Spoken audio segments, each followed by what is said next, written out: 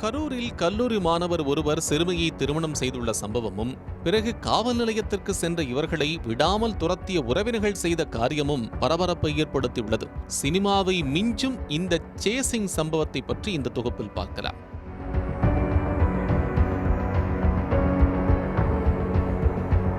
கரூர் மாவட்டம் குளித்தலை அருகே உள்ள கழுகூர் பஞ்சாயத்து உடையாபட்டியைச் சேர்ந்த 17 வயது சிறுமி திருச்சி மாவட்டம் அம்மாபேட்டையில் உள்ள ஒரு பள்ளியில் படித்து வந்துள்ளார். அதே பகுதியில் உள்ள கல்லூரியில் படிக்கும் 19 வயது இளைஞரும் அந்த பள்ளி சிறுமியும் காதலித்து வந்துள்ளனர்.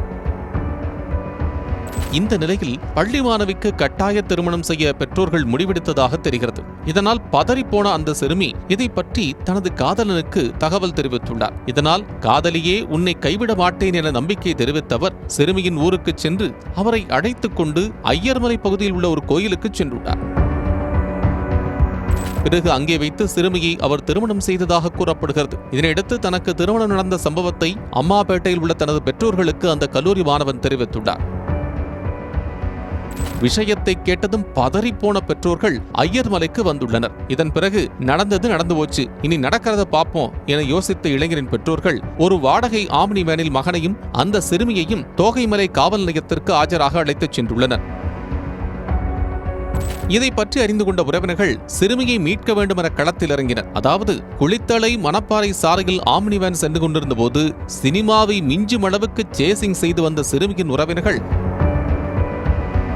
வேனை மறித்து அதை அடித்து நொறுக்கியுள்ளனர். மேலும் வேனில் இருந்த கல்லூரி மாணவனின் உறவினர்களை அடித்து உதைத்தது மட்டுமல்லாமல் சிறுமியையும் மீட்டுச் சென்றுள்ளனர்.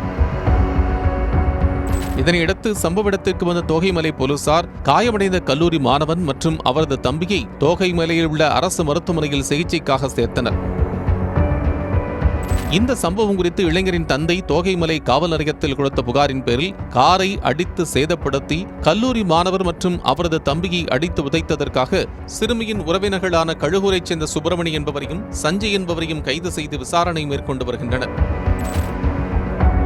இந்நிலையில் சிறுமியை இளைஞர் ஒருவர் திருமணம் செய்ததும் அந்த இளைஞரை அடித்து உதைத்து சிறுமியை உறவினர்கள் கூட்டி வந்ததும் அப்பகுதியில் பெரும் பரபரப்பை ஏற்படுத்தியுள்ளது.